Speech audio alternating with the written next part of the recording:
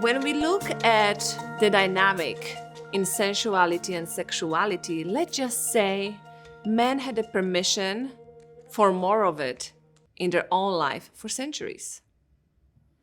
And for us women, we are trying to figure out our relationship to that desire within ourselves. So if you experience any luggage around sex, luggage of beliefs, luggage of this is allowed, this is a yes, and this is a no, and this is a good girl, and this is a slut, I need you to really look at this.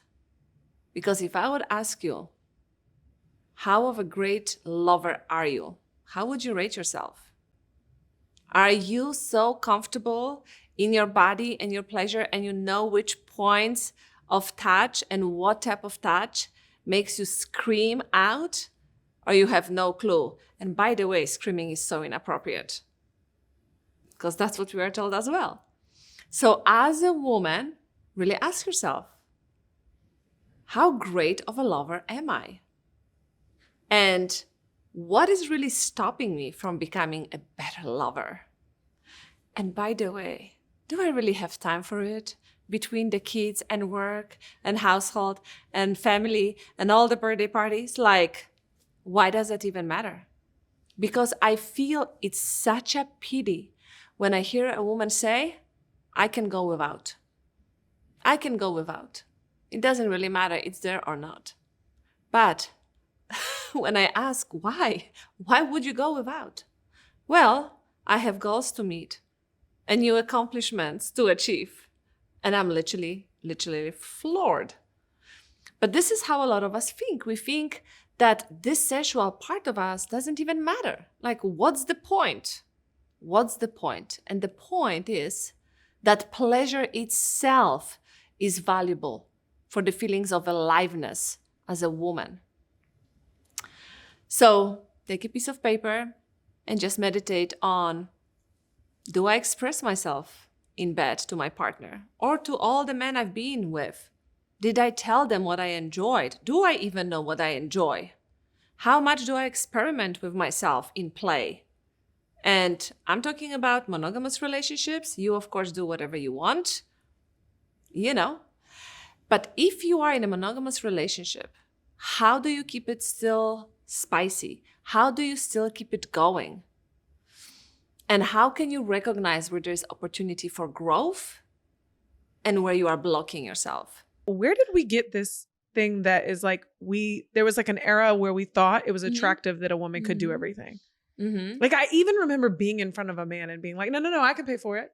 Yes. No, I got it. Yes. No, I can move that. Yes. And there was something in us that, and I don't know when this changed or what happened, but I remember my girls and I being like this of like, it was almost a way to, where did we get stuck thinking that was a way to impress a man?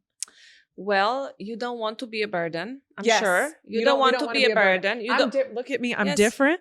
Yes. Look at me. I'm different. You don't have to worry about me. You don't have to worry about me. I take care of myself. Yes. I'm not going to be a nuisance. I'm not going to add to your already challenges so that you are facing. Instead of being sexually easy, I'm going to be technically easy to take care of. Correct. I'm easy. But also a lot of women have this thinking that if a man pays and takes care of you, then you have to repay in a sexual way. Correct. Or you will feel guilty. And that's very low. So this is low vibration thinking. I really want to point out to this because when we talked about behaviors and our beliefs, what is the energy you are giving out to the world when people are around you? Yes. Because when we talk about femininity and we talk about how can we be feminine in relationships, but also in business, it's not only what you do, it's who you are. What is your energy? When I'm around you, are you approachable? Are you soft? Correct? Because the question is, what do I do? What do I do? But it's not only what you do, but how you move when you enter the room. When you enter the room, what's the energy you are entering the room with? Do you enter the energy with, you better watch out. I will crush you. I'm here to mosh it down. I'm going to crush you. Right? Get out of my way. Correct. And I don't say there is a right or wrong way to be a woman or a man. It's up to you what you decide. Correct. Because some high achieving women are happy with having a man that are home with kids and they are the providers. Correct. And who are we to say what's the nature? Yes, we can talk about this. The nature, the women, should be always in the feminine and it's our true nature. Yes. But we also live in a world that is highly masculine. Yeah. If you look at the structure of corporation, how the corporate world looks like, women don't have maternity leave for maybe 1 week. How is that allowing you to be in your feminine? At all. So bring the baby to work. Correct. Literally. Give it to the strangers. So we are so that far. You can get back. So we are so far removed from the natural way of living.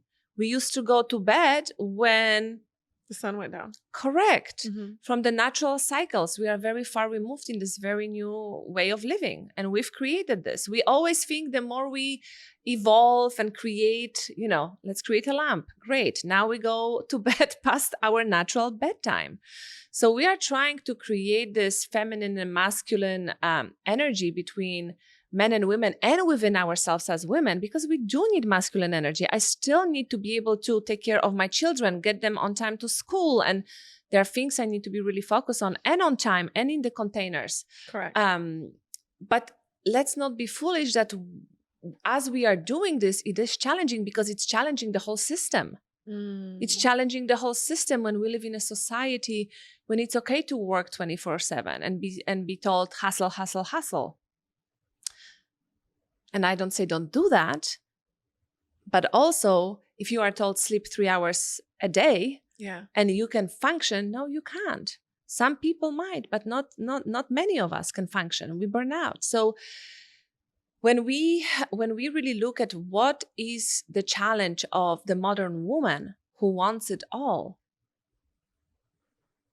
we really need to look at our own patterns before we look at the man. We need to look at what are the behaviors and the feelings and what is my experience of life?